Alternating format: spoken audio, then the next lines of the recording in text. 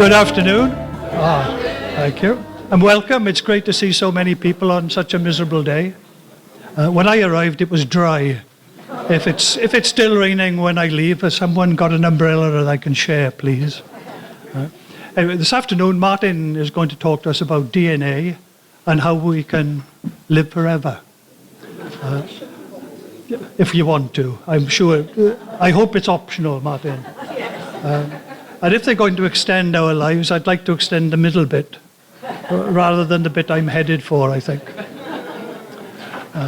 Anyway, Martin's an interesting character. He's a neighbour of mine, for one thing, so, I duck when he's around. But he's a man who has a degree in 2 millennia. His first degree was in the second millennia, and his first degree was in the second millennia, and his second degree was in the third millennia. And the third degree is the one that the second one is the one he's going to be talking about today, a lot more lucidly, I hope, than I just have. So, Martin, over to you. Thank you, Jeff. You're on. Good afternoon.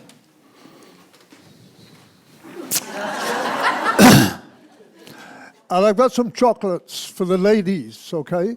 Now, it's a political statement, because if I had done this in any educational establishment in the UK, there would be uproar. And my granddaughter would be at the front of it. So that's a political statement. Now the question is,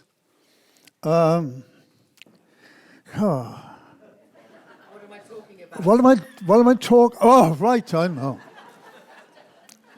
That's age for you, right? I've got in the habit now that if I'm looking for my mobile phone, I keep telling myself, mobile phone, mobile phone, mobile phone, mobile phone. Otherwise, I forget it. And when I was doing research, I came across a list of all the things that happen to you as you get old. So I thought, oh, that's good. No, wait a minute. And I started reading them. I thought, surely we all know these. So I don't have to put the list up. However, it seems, I didn't realize that my complexion had lost its bloom. I was totally unaware that it had a bloom, and ever since that, my complexion has a gloom in my own eyes. So okay. Do you want to live forever? It's either a bit of a daft question or a serious philosophical discussion. That's what philosophers do. They state stupid questions and they debate it for quite a while. You will never age, okay? Apparently, people of our age are the most content. I don't want you reading these things. These are for me to read. Apparently, they did a survey, and they said that people in our age group are the most content. And I must confess to being quite content with my life. It isn't thrilling, exciting, challenging, tremendous number of things it isn't. But one thing it is, it's nice and comfortable. I can relax. So maybe we don't want to stay young. But generally, we are aging better than our parents. If you look around, you can see, but the science is now at the stage where they're looking to stop aging or even reversing the process. Brian Johnson is a billionaire in Silicon Valley. He has 1 meal a day. Starvation extends your life. He has 1 meal a day. He has pays $1.4 million a year just to have the therapy and everything necessary. And what else does? Oh yes, there's a theory that says that since young people don't age, young people have in their blood something that stops aging. So what this guy does, he gets a blood transfusion from his son on a regular basis. and also gives it to his father. So this poor little boy of 18 is giving a blood transfusion to his father and his grandfather on a fairly frequent basis. That's how stupid, no, that's how totally committed these people are. I put down Jeff Bezos, he's the Amazon guy, Mark Zuckerberg, he's Facebook, and Elon Musk. All three of them are heavily invested in anti-aging research establishments. So they see it as a serious sort of thing to do.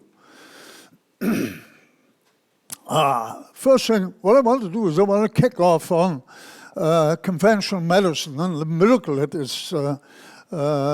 is produced. And then I'll go and talk about aging. And these people say the first person to live 1,000 years is already born. So we see. Okay, I'm going to kick off in the deep end. I'm not going to follow the procedure. I'm going to go straight in so as you can see what the thing looks like. And this will affect you. One of the reasons that I'm doing this is you don't see much advertising of what's going on. So the public is being left out of it. So I want to make you aware of the fact that things are happening. When I say things like that, I get Nick comes up with, I've mentioned this to Nick, and the next day he came along with a newspaper cutting saying about anti-aging research. So he caught me out, which he does on a fairly regular basis, actually.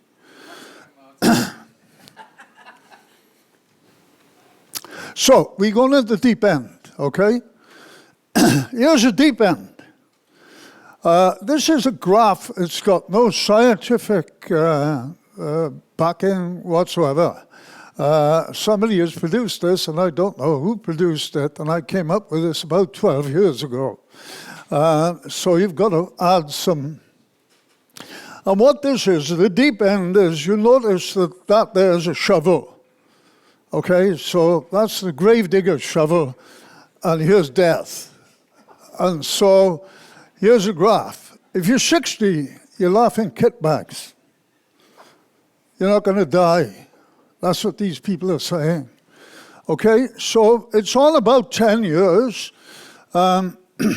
So anybody that's 60, anybody in the room is 60, very good chance you won't age. You might die eventually, but you won't age, which is different, or a bit different.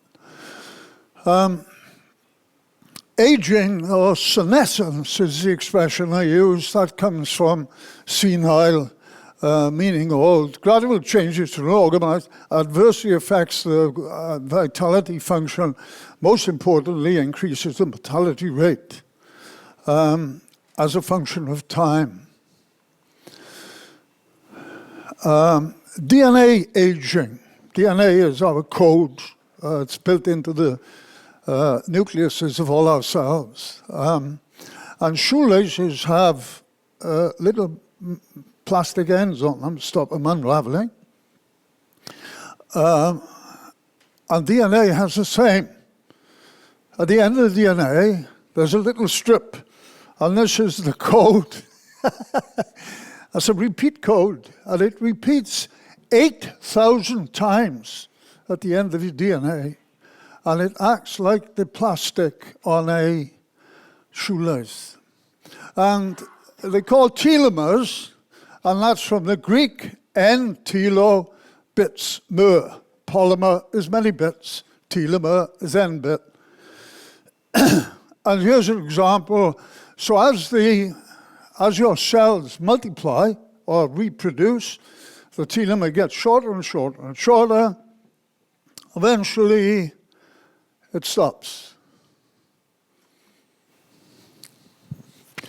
So the DNA becomes mixed up, falls apart, the cell dies, and you can tell people's age. If they took the DNA from everybody in the room here and did an analysis and looked at the telomere at the end of the DNA, they would be able to sort us out, certainly on a 10-year basis, and maybe even more accurately. Some people age more than others, and their telomeres don't reduce so much as the ones that do age. This is Jonathan. He's in St. Helena. He's 191. Right? His telomeres are as new as when he was hatched. And he was hatched. This is Charles Patten. My great-great-grandfather was 12 years old when this guy was hatched. And the really annoying thing about it is apparently his hearing is brilliant. Now, my hearing is absolute rubbish. So you can ask questions and I won't hear you. But Jeff here is going to translate for me. So if you ask a question, Jeff will come up and explain to me what you're talking about. So don't anybody else shout the answer, otherwise I won't be able to follow you. So the question is, if he can do it, why can't we do it?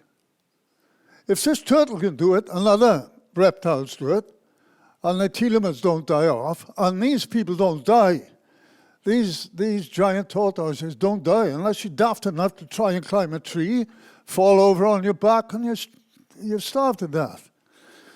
So can we replicate that? Right. What I'm going to do is I'm going to go through the conventional medicine, and then I'm going to go into the anti-aging research and the progress that's been made. Okay, brilliant 21st century, just look around you. I can't get over, I can remember thinking when I was 30 that I wouldn't see the end of the 20th century when I was 66. Japan, in 1963, in Japan, they give you a sake bowl. What's special about, if you're 100, you get a sake bowl. And they doled out 153, and then there's 29,000 in 2015. 55,000 centenarians, they got 282 people over the age of 110. That's changed. They've now got 90,000, we've got this. Now, their population is twice ours, so we are about a third behind them. This should be 45,000 people in the UK if we were doing as well as Japanese.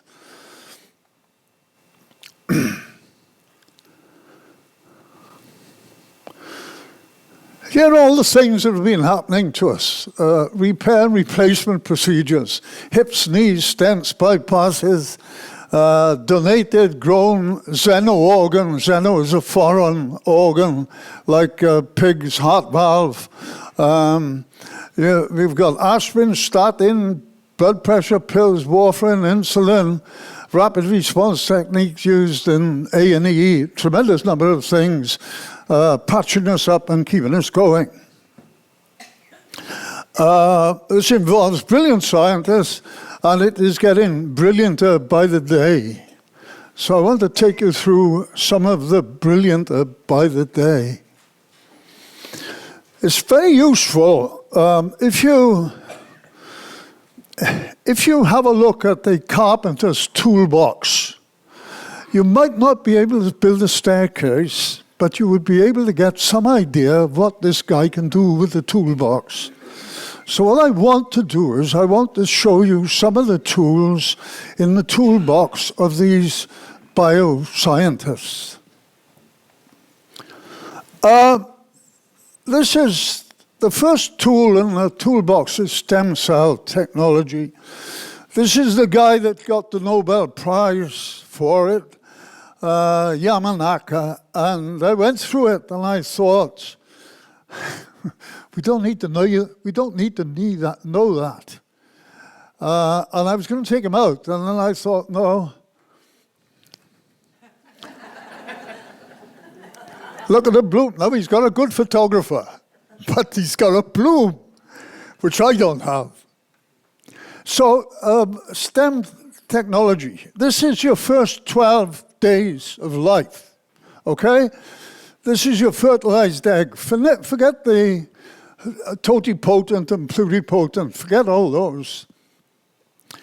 This is what happens. The fertilized egg divides twice, 5 times, and ends up as 32. And it ends up as 32 of these cells. Those cells can't make placentas. So they've changed. And then these cells now become these cells. So you've got a special cell that makes bone, nerve, muscle, tissue, blood cells, red blood cells. You're making 2 million red blood cells every second, and another, and another, and another. 2 million. And what this guy has discovered is how you can reverse that. So you can take a cell here and reverse it up the system and eventually get to a fertilized egg. You could actually take a cell from my body and make sperm out of it, and take another cell from my body and make an egg out of it. And then you can fertilize that egg with that sperm, and I would be the mother and the father of the offspring. Who said that? Who said that? That's what they can do. Okay? You can take a cell and you can create a heart. So what they're talking about is they can make babies in a jug with an artificial heart, not artificial heart, a heart that's produced, and so you don't need a uterus. There's serious talk in these people. So that's just how brilliant they are. If they can do that sort of thing, just imagine what other things they can do with this stem cell research. There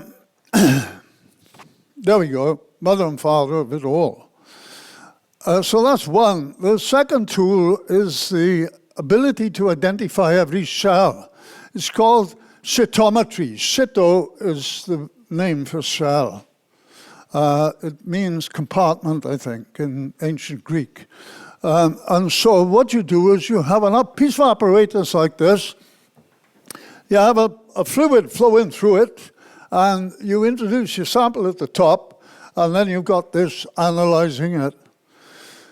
So you can take a sample of anything, like, for example, your gut. You can take a sample of somebody's gut, you can put it in there, and you'll be able to tell whether they've got cancer coming, whether they've got a whole string of things, what bugs they've got. And so you have the ability now to identify any cell, and specifically identify any cell.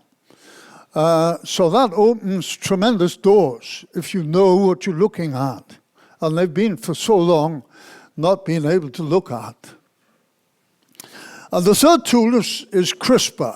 I've put CRISPR there because it doesn't matter what it means. It does appear in the press sometimes. And CRISPR is the technique of editing and changing RNA and DNA. And it's the technique that was used to make the first vaccine against COVID. And so I'm going to show you this just so as you can, let me show it to you. Right, so really very simple. This is the DNA. Say this is the gene that you want to take out of the DNA and you want to replace it. This pink bit, all this bit here, is what you've made and you put in to make the change. So this comes from the outside. It has a connection. It has built into it the ability to identify something next to the gene you want to change. It locks onto that, and then it changes the gene. It's that simple. Now, you can buy this stuff on the internet. If you go on the internet, they say, here, we can give you these CRISPR things. So you say, I want to take out the gene for whatever. And they say, okay, and they send it to you. And I went on a tour of Birmingham University biology department with the professors and some of the old students. And nobody was interested. This is 12 years ago. And I was dead interested in CRISPR. So I said to the professor, I said, do you use CRISPR? Oh, yeah, I said, yeah, we use it. So I said, what do you use it like? He said, oh, there it is, there, look. It's in that box. So gone are the days of chemistry doing this. There's a box, you put the stuff in, and out comes the answer. So those are 3 tools in the toolbox. So you can let your imagination wander now on what they can do with that. Some recent goals scored. Sickle cell anemia is caused by your red blood cells are sickle shape, and so they can't go through the small blood vessels, and they cause blockages and give pain. Is predominantly in African people. The reason for that is having sickle cells protects you against malaria. So there's an evolutionary benefit in having sickle cell anemia in Africa. And what they've done is they've made an RNA vaccine against the bad cell that's making the wrong. So they destroyed the cell. So it's just a vaccination, and your person's immune system destroys the damaged cells. But they also use stem cell research. You take the cells out because your immune cells or your blood cells are mainly in your thigh bone. So they take the cell out of there, and they use stem cell research to make a purer cell, destroy all these cells, and put new cells back in again. And so there are 2 techniques for that. This one is quite recent, where they're talking about advanced knowledge about dementia coming on. And that's that cytometry thing. They're able to look at the blood 20 years before anybody gets dementia and say, wait a minute, here's a protein. This protein is going to cause a problem, so we need to do something about it. So you can now have a vaccine against anything. Right? So you can vaccinate against anything. And in fact, I read of a group of researchers in New York, and they were looking at pancreatic cancer, and they have found 12 proteins on the surface of this particular cell, pancreatic cancer cell, 12 proteins that are specific to that cell, and you can make a vaccine against them. So you can make 12 vaccines against pancreatic cancer. And immune problems. So that gives you an idea of where these people are with their research. And artificial intelligence is speeding all this up, and I haven't thought. Well, right, that's item 1. Item 2 goes like this. Here's a young bit. This guy is quite an interesting character. Anybody wants to research him, he's quite a character. And he concluded Huntington's career is a late onset disease. So everybody looks okay at the age of 30, wham, and it's fatal. So he said, wait a minute, it's young. So this came on because they were old. So diseases are caused by age. Right? Nobody had thought that way before. So we have a chance of never aging. This is real science. These guys are really. The first indications they came across was this fellow was doing research in a laboratory with rats and found that if they restricted the diet of the rats, they lived longer. Oh, that's strange. Didn't realize that. So the guy wrote a paper, and this is 1935. They've been looking at anti-age research. It's been found to extend. Once you have done that, what now starts happening is every researcher tries doing this calorie restriction on every animal they can lay their hands on. So they do a lot of research, and it happens with animals, plants, and single cells. They thought that slowing the growth rate was the thing that, because you slow down the rate at which you grow, that it makes you live longer. So that didn't, and the only thing that they were capable of doing was changing the diet and altering the time when they feed them, whatever.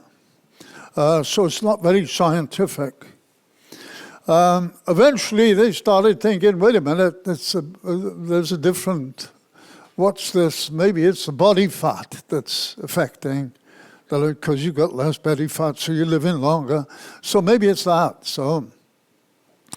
But since 2000, DNA and molecular biology is now increasing use to explore calorie restriction, they call it, and life extension. So the people have really started taking off on this. So how do you study aging? First thing you do is got a body. You can't use a human being because that's not, a blue whale is too big. So you need something small, rapidly reproducing and easy to handle. So we got yeast, fruit flies, and small worms. That doesn't exclude people working on other things, but these are pretty easy to work with. And then this is just a breakdown of the number of genes and how much DNA to it.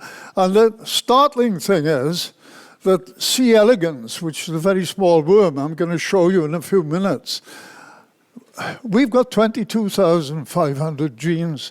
That's got 20,500. So why such a simple thing?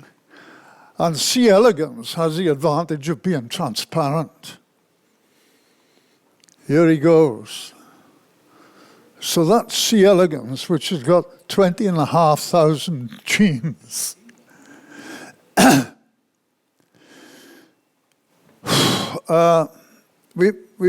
We've got to make a bit of a shift in our thinking. All these creatures have emerged sort of hundreds of millions of years ago, separately. But basically, it's the same cell that's emerging. It's got different DNA in it, and certain different genes and so on. But basically, the cell and the way the cell behaves is the same in yeast and fruit flies and whatever else you try and experiment with. And so it's therefore a good mechanism for checking the age. So if you can find something that makes yeast last longer, then there's a very good chance that it can help and other creatures to live longer. I don't intend going through the research done, only a few successes. But to summarize the research, if you look at the research, somebody has done something here and done that, and it goes on forever and ever and ever. But the longest life extension they've encountered, anybody has presented, is 50%, which would take us to, 115 or something as a normal sort of age. And then I found this interesting.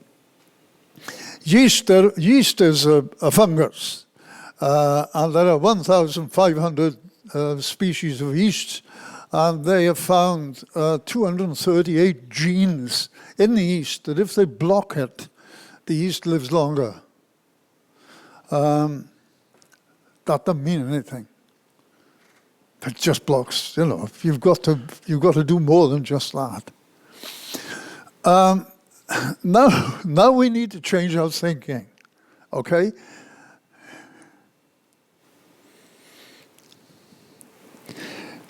We think that you have a steak and it goes into your stomach and your stomach digests and and the stomach eats the steak. It isn't. It's the cells of the stomach that eats the steak.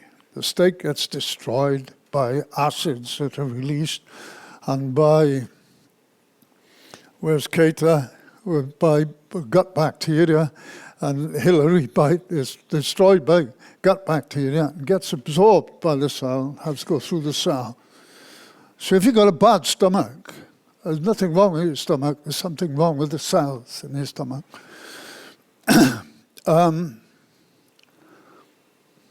Now, I slipped this in because of a recent bit of research that came out last month, and the researcher said, this is insane.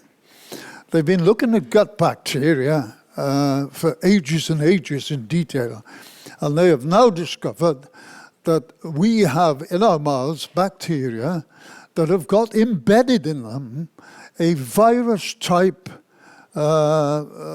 molecule that they'd never seen before. They didn't realize. So it's a whole new microorganism that we were totally unaware of. And they find traces of it all over the world. So there's something here that we just didn't know anything about.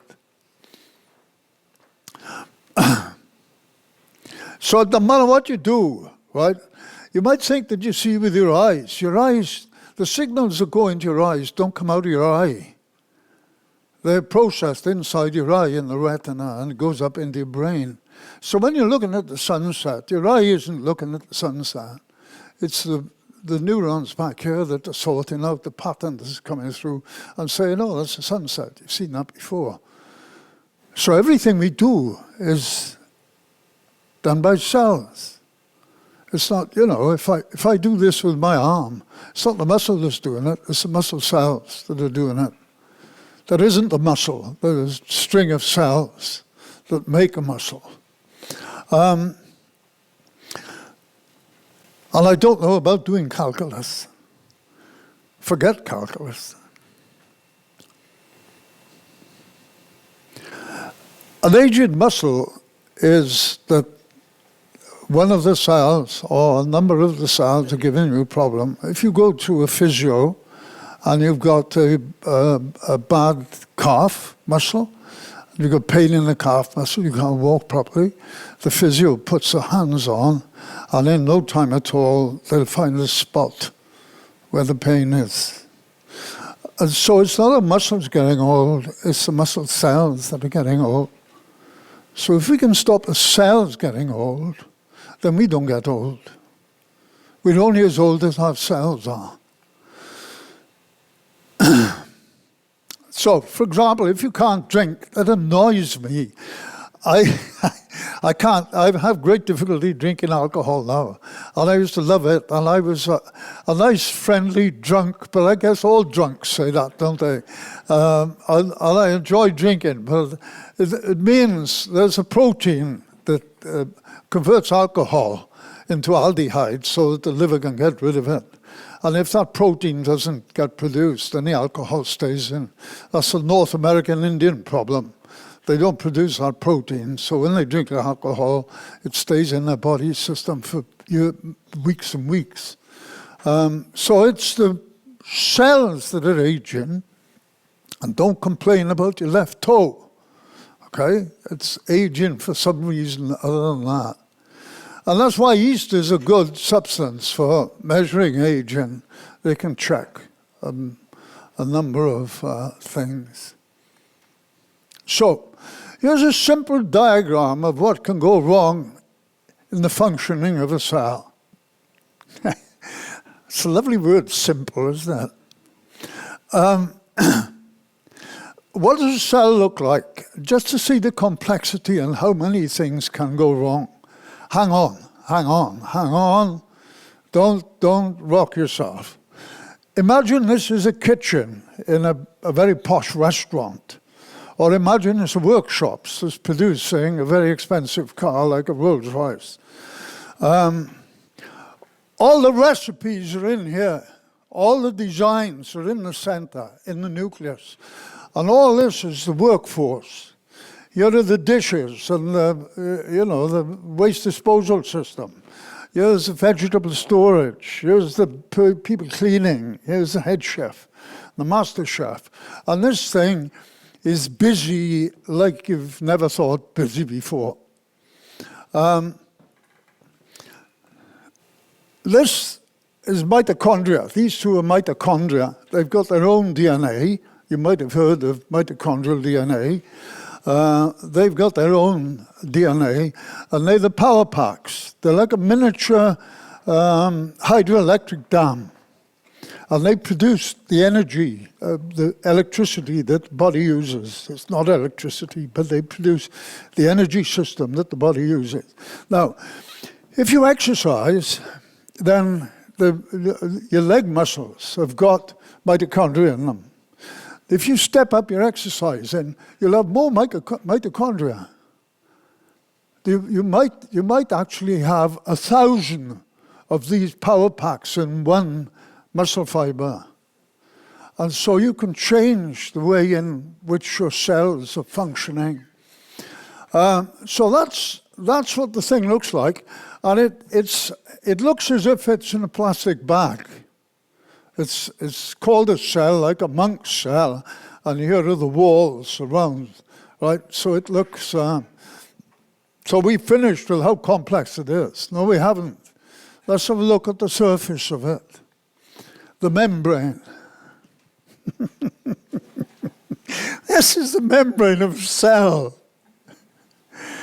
It's absolutely unbelievable. There are different gates. There's different signals. This gets a signal saying we've got a high blood sugar level, and it transmits through into the cell and says, can you make some insulin? Come on, make some insulin, get rid of this stuff. And they're not, it's not fused together. These are phospholipids facing each other, and if it bursts open, then it automatically closes because of an aversion for this part of the cell. Membrane has an aversion for water. So if it opens up in any way, it just closes very quickly.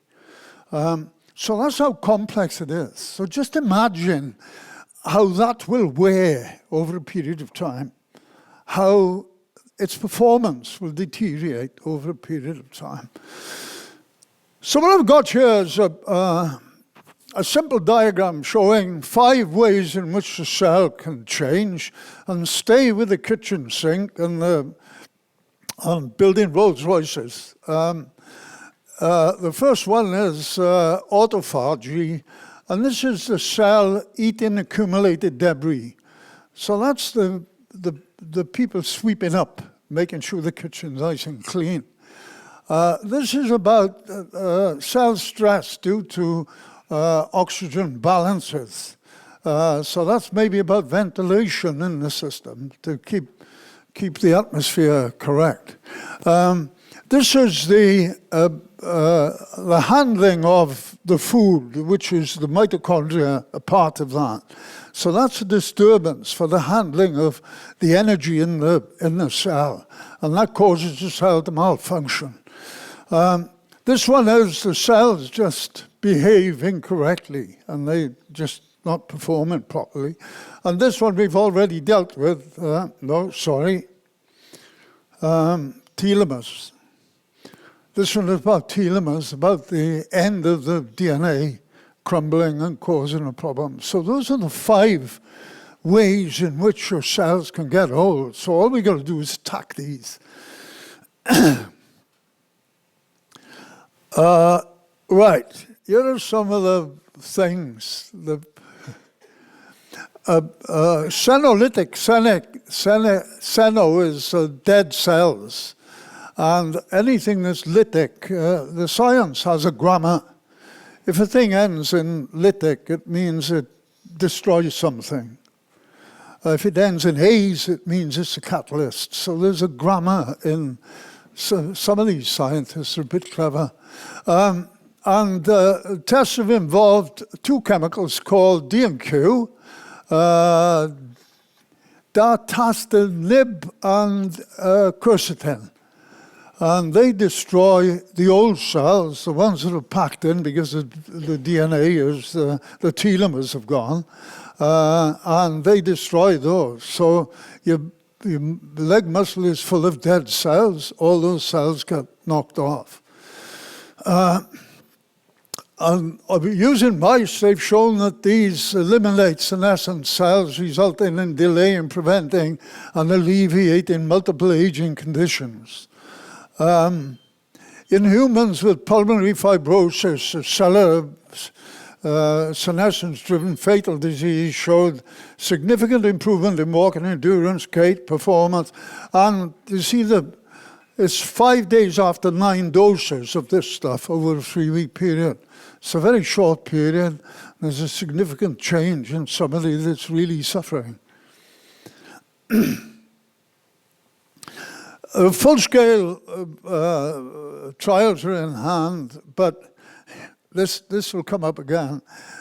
Senescence, the aging, is a really important part of preventing cancer. So you age the cancer. So maybe dealing with this stuff could cause growth of cancer. Telomere and aging, we've gone through that. Measure of aging terms, right? Telomerase, I said the grammar, A's is a catalyst. So telomerase is something that catalyzes the telomere. So telomerase increases the telomere. So the problems caused by this telomere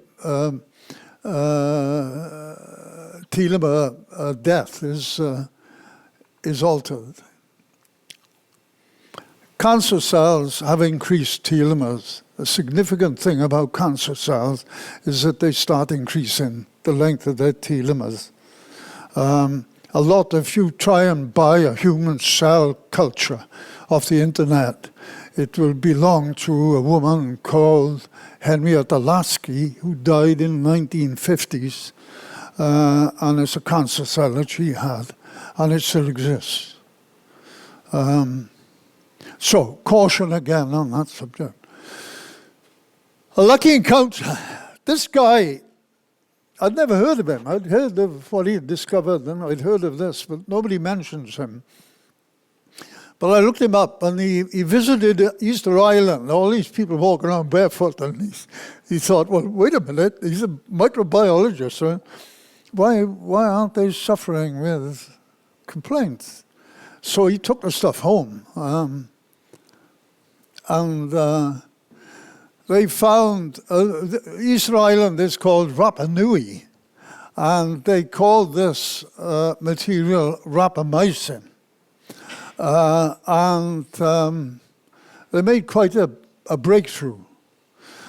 Research found that the target of rapamycin, in other words, if they put rapamycin into the cell, it targets a point. And they've called the target of rapamycin TOR. It regulates the growth, proliferation, motility, survival, in fact, all the cell aging things that I've mentioned so far. And this rapamycin, the targets these in the cell and therefore can reduce aging.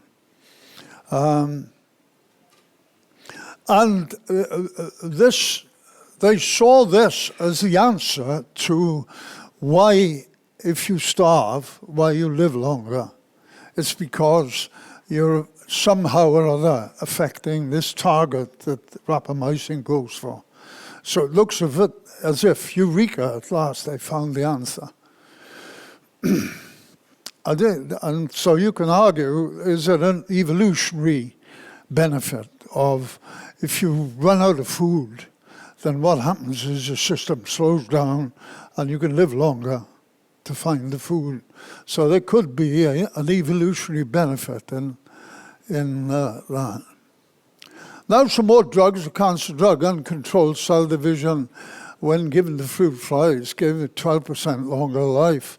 The drug targets specific cellular process occurs in animals, including humans, delaying the onset of age-related deaths by slowing the aging process. Now the cellular, get ready for a shock. This was recent. It came in on my internet from the National Library of Medicine. Forget all this. What it's saying is recent groundbreaking discoveries have revealed that this are involved in the aging process. And here's target of rapamycin is in there. So there's a whole batch of things that are involved in the aging process. And it's remarkable because they're all signaling molecules that are well-known targets of cancer therapy. So it's in the same region.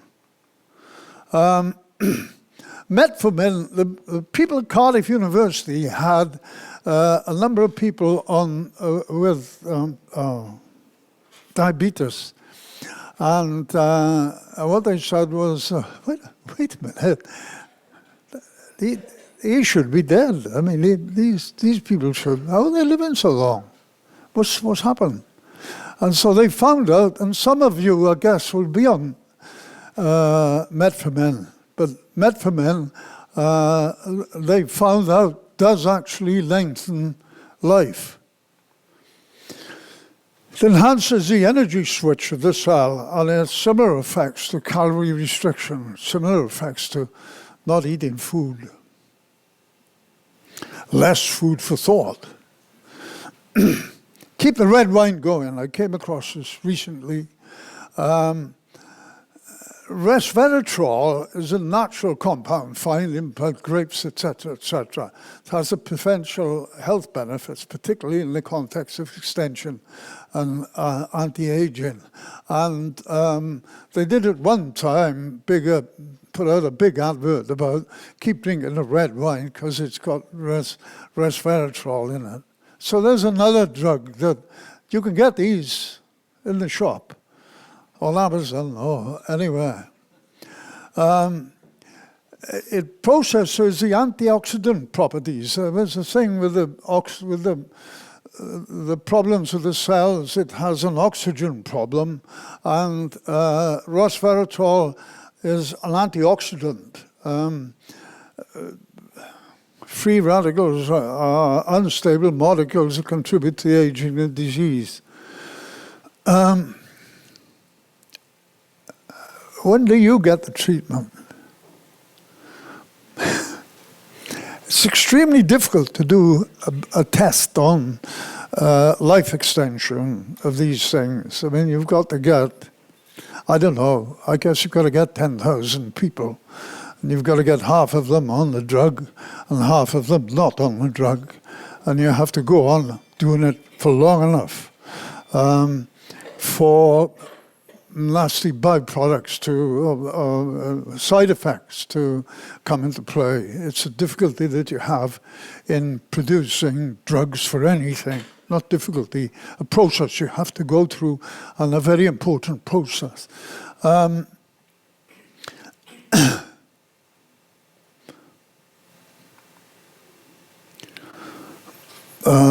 Yes, there's also the possibility that perhaps one of the side effects would be cancer. Some of the drugs are on sale as dietary supplements. You will find them, all of the drugs I've mentioned, you will find on the internet for sale. And they're not terribly expensive, but they're not proven. And the people who sell them tell you it's life extension. But there we go. So a long time yet, maybe 5 to 10 years before. But certainly some of you, and certainly your grandchildren. I've been telling my granddaughter since she was about 10 that she's got to find a third profession. Right? Because when she gets to 85 and she's fit and well, and she's been doing this for 40 years and that for 40 years, she's going to say, what can I do for the next 40 years? So it's, you know, it's a real thing. It is coming to you.